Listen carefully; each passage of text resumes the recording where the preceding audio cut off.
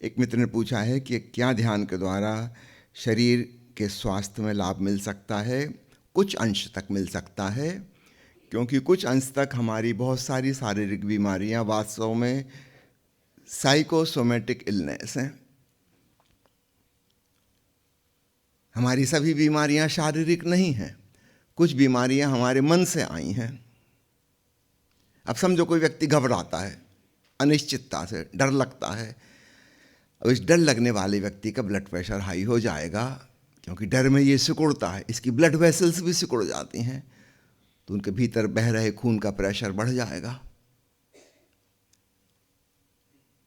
भय में ऐसे हार्मोन्स हमारे शरीर से निकलते हैं, एपिनेफ्रिन, नार एपिनेफ्रिन, जो ब्लड प्रेशर बढ़ा देंगे, हृदय की गति को तेज कर देंगे। अब काफ़ी संभावना है कि इस व्यक्ति को हार्ट अटैक भी हो। इसकी हम ब्लड प्रेशर की और हार्ट की कितनी ही इलाज करने की कोशिश करें, पूरी सफलता नहीं मिलेगी, क्योंकि इसका मन तो वही का वही है, भयभीत मन, डरा हुआ, कपा हुआ। दवाइयाँ अपना पूरा प्रभाव नहीं दिखा पाएंगी। लेकिन अगर यह ध्यानपूर्ण हो जाए, शांत होना सीख जाए, जीवन के अनिश्चित होने को स्वीकार कर ले, उसमें प्रसन्न होने लगे, तो यह रिलैक्स हो जाएगा। इसकी बॉडी और इसकी ब्लड वेसल्स भी रिलैक्स हो जाएंगी, इसके भीतर एपिनेफ्रिन बनना बंद हो जाएगा, इसका ब्लड प्रेशर अपने आप कम हो जाएगा, हृदय की गति अपने आप कम हो जाएगी। तो हमारी बहुत सी बीमारियां ऐसी हैं, जो व्यक्ति चिंताग्रस्त होते हैं उनको अक्सर पेप्टिक अल्सर, डुओडेनल अल्सर हो जाता है, एसिडिटी बढ़ जाती है। वो एसिडिटी की कितना ही दवाएं खाएं, टेम्पररी रिलीफ मिलेगा, महीना 2 महीना, फिर वही हो जाएगा, क्योंकि उनका मन तो वही का वही है, चिंतातुर, हमेशा टेंशन में रहने वाला। जितना ज़्यादा टेंशन दिमाग में, पेट में उतना ही ज़्यादा एसिड सिक्रीशन हो रहा है। वो एसिड भीतर की चमड़ी को जला के घाव बना रहा है, वहाँ अल्सर हो जाएगा। तो इस बात को समझना, हमारी सभी बीमारियां एक सी नहीं हैं। कुछ बीमारियां शारीरिक हैं, कुछ बीमारियां साइकोसोमेटिक हैं, मन से पैदा होती हैं और शरीर पर अपना प्रभाव दिखाती हैं। आपने पूछा है क्या ध्यान के द्वारा स्वास्थ्य में लाभ मिल सकता है? हाँ, उन वाली बीमारियों में जो मन की वजह से उत्पन्न हुई थी,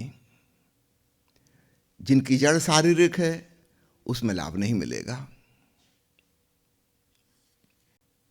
एक मित्र ने पूछा है कि रोजमर्रा की दिनचर्या में स्वयं को साक्षी भाव में स्थित कैसे रखें? ये सवाल वैसे ही है जैसे कोई बच्चा साइकिल चलाना सीखता है, कि तैरना सीखता है, कि और छोटा बच्चा अभी 2 कदम पे खड़ा होना सीखता है। कैसे सीखता है? बार बार भूल चूक होती है, गिर गिर जाता है, घुटने छिल जाते हैं, सिर में चोट लग जाती है, फिर दोबारा साहस करता है, फिर खड़े होने का। ठीक है, सहारा लेके खड़ा होता है, किसी की उंगली पकड़ के खड़ा होता है, लेकिन हिम्मत नहीं हारता। लेकिन हम भली भांति जानते हैं कि 150 बार गिरेगा और कोई उपाय नहीं है। फिर धीरे धीरे धीरे धीरे पैर मजबूत हो जाएंगे, वो संतुलन कैसे होता है ख्याल में आ जाएगा, और फिर तो आप उसकी उंगली पकड़ो भी तो वो छुड़ाएगा, मैं खुद चल सकता हूँ। करत करत अभ्यास के जड़मत होत सुजान।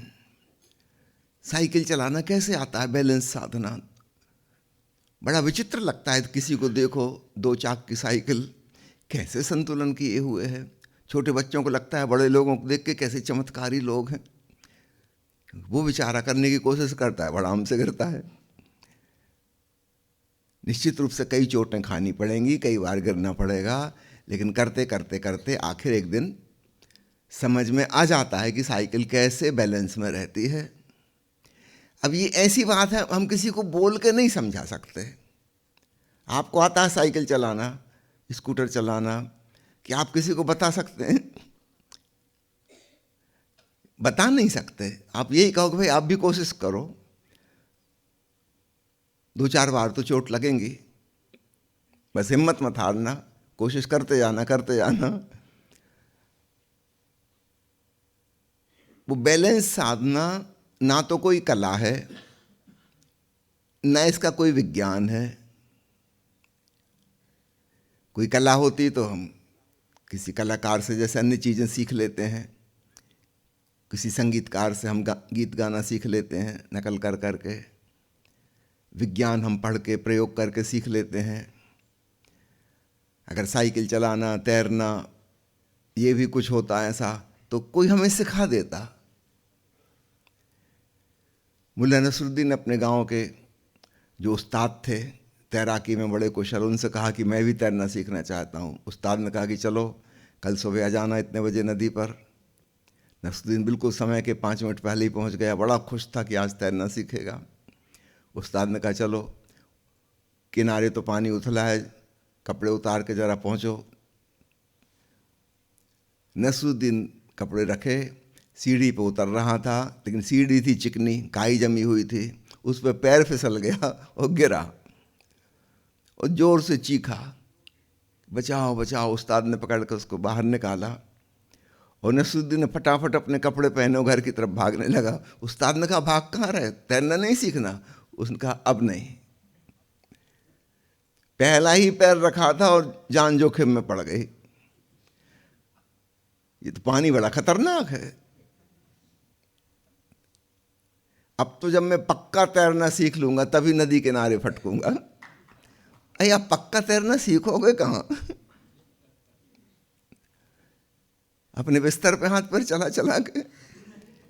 नसून का मैं तैराकी के संबंध में किताबें पढ़ूंगा, गूगल पर सर्च करूंगा, इंटरनेट पर देखूंगा, पहले पूरा सीख लूं तभी आऊंगा नदी के पास। ये नदी तो जानलेवा साबित हो जाएगी।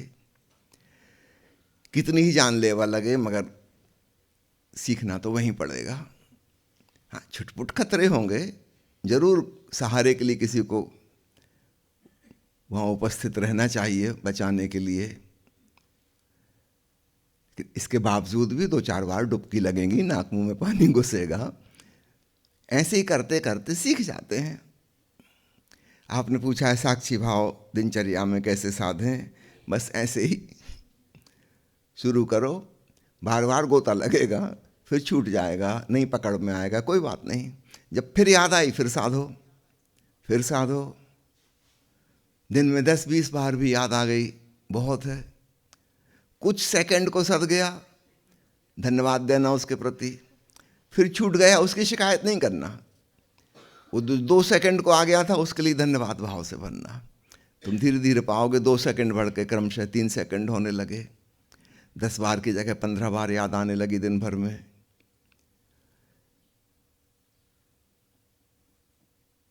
ऐसे ही धीरे धीरे, कबीर साहब ने कहा ना, धीरे धीरे रे मना धीरे सब कुछ होए, माली सींचे 100 घड़ा रित आवे फल होए।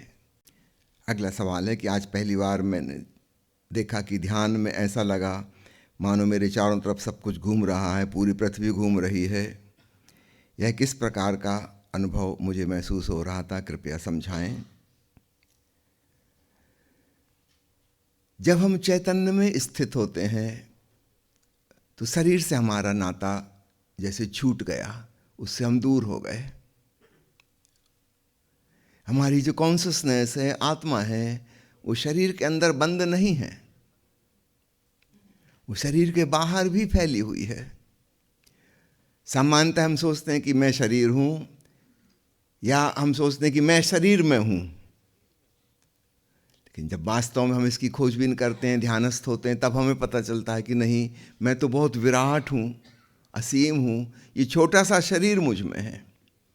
और तब शरीर का जो संतुलन बोध था, सेंस ऑफ बैलेंस, वो थोड़ी देर के लिए डगमगा जाता है।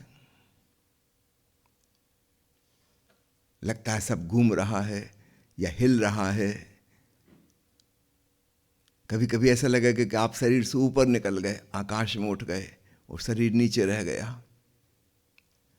कभी लगेगा कि मैं बहुत फैल गया, बड़ा हो गया। उसमें भी सेंस ऑफ बैलेंस, वो जो कॉमन सेंस था, उससे दूर खिसक गया। कभी लगता है ध्यान करते करते जब साक्षी भाव सध जाता है किसी क्षण में कि शरीर पर जैसे मेरा नियंत्रण नहीं है, शरीर खड़ा है या चल रहा है और ऐसा लग रहा है मैं तो दूर से देख रहा हूं। कर्ता भाव विदा हो जाता है, शरीर अपने आप चल रहा है एक ऑटोनॉमिक मशीन की भांति, और मैं दूर से इसको जान रहा हूं। किसी किसी मित्र को ध्यान में लगता है जैसे मेरा वजन खत्म हो गया, मैं बिल्कुल निर्भर, वेटलेस, बियॉन्ड ग्रेविटेशन, जमीन की कशिश ने काम करना छोड़ दिया। ऐसा क्यों लगता है? क्योंकि उस चेतना का, आत्मा का कोई वजन नहीं है। भौतिक काया में तो वजन है, पृथ्वी उसे नीचे की ओर खींच रही है, लेकिन वो जो आत्मा है वो भौतिक पदार्थ से नहीं बनी, उसका कोई वजन नहीं है। तो जैसे जैसे हम ज़्यादा चैतन्य होंगे, शरीर का कम और आत्मा का बोध ज़्यादा होने लगेगा, और एक क्षण ऐसा आएगा लगेगा कि मेरे वजन ही नहीं, जैसे मैं आकाश में उड़ रहा हूं। तो इस प्रकार के विचित्र विचित्र अनुभव ध्यान में अलग अलग साधकों को होते हैं। ऐसा कुछ हो तो बिल्कुल घबराने की जरूरत नहीं, धन्यवाद भाव से भरें। कुछ गहरी अनुभूति में प्रवेश हो रहा है।